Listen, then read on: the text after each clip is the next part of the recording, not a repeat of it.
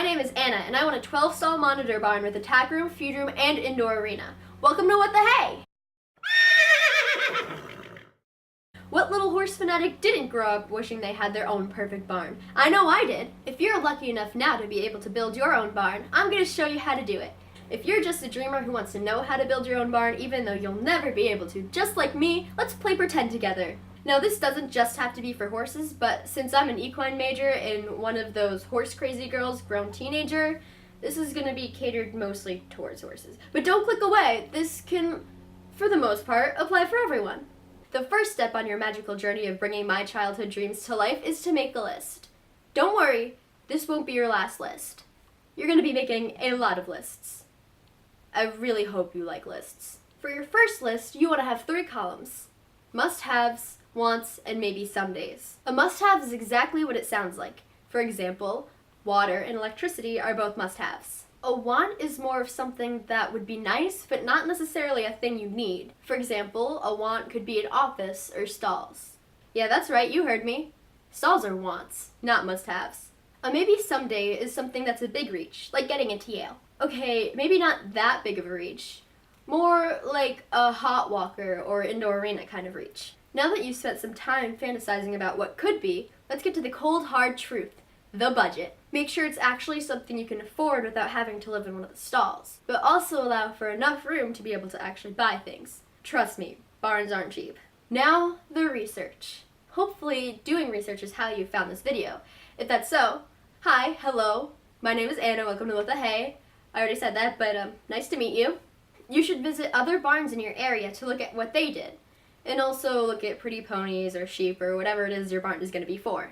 You should also talk to contractors and architects because they know what they're doing and can probably answer any questions you may have, as well as give you some tips. You can also talk to barn owners to see what did and didn't work for them. You should also look into industry trade shows. If you live in the Northeast, Equine Affair is a great place to look into. You should also look into the laws in your area to make sure your barn is up to code and your animals are happy, healthy, and safe. Now, the fun part. Surveying properties. Can you please make up your mind? When you're surveying a property, there are a long list of things to look out for. If there's any water nearby, rocks, hills, if it's windy, and trees are just the natural part of it. You also want to look into the neighbors you would have, how accessible the road is, and how close to town it is. Plus, electrical access. Electricity is pretty important. No one wants to walk a colicking horse around in the dark at 3 a.m. Without a doubt, the most important thing you want to look out for is drainage. Drainage is where the water goes when it rains, or when the snow melts, or even when you empty out water buckets. Water should flow away from the barn. Nobody wants a flooded barn or riding ring. Another important thing to take into consideration are the animals you want. Not just the type, but also the breeder breeds, sizes, and how much space they need. You should make a list of the animals you either have, want, or are going to have. Take this number into account when you're choosing how many stalls you want and how big the pastures you need. You have to keep in mind the specific space requirements for every animal you want. The general rule of thumb is 60 square feet for minis, 9 by 9 feet for ponies, 10 feet by 10 feet for a small horse, 12 feet by 12 feet for a larger horse, 14 feet by 14 feet for a stallion, and a foaling stall should be at least 12 feet by 18 feet. Basically, the stall should be large enough for the animal to comfortably lie down. For the barn itself, the ceiling should be 9 feet high, the height of the door should be at least 8 feet, stall doorways should be 4 feet, and aisleways should be at least 8 feet across. It's also important to pay attention to pasture size. If your horses are grazing and getting no extra grain, each horse should have 1 acre for itself. For example, if you're keeping a pasture for 50 horses, the pasture should be no less than 50 acres big. Cattle also need about 1 acre. Sheep need about 10 to 12 square feet each, and chickens need about 2 to 4. If your horses are living outside, they must have a large ventilated shelter that is dry, has at least 3 walls, and a roof. It also must be accessible at all time.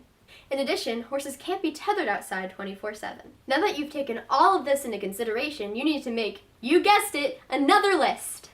This list is for functional space such as an office or stalls. This time, you only need 2 columns, wants and needs. This one can be more catered towards your situation. If you know you absolutely need stalls or a tack room, then put that under needs. You should take all of this into consideration if you're planning on building a barn. If you are, hopefully this helps. Please like this video if you want to see more on barn design, and subscribe to support people's dreams of building their own barn even though they know they'll never be able to. I'm okay. Don't worry about me. I'll be fine. If you have any questions, comments, or concerns, you know what to do. Bye! Ah, food. Who doesn't love food? I know I love food, and odds are your horse does too. But do you know where the food goes?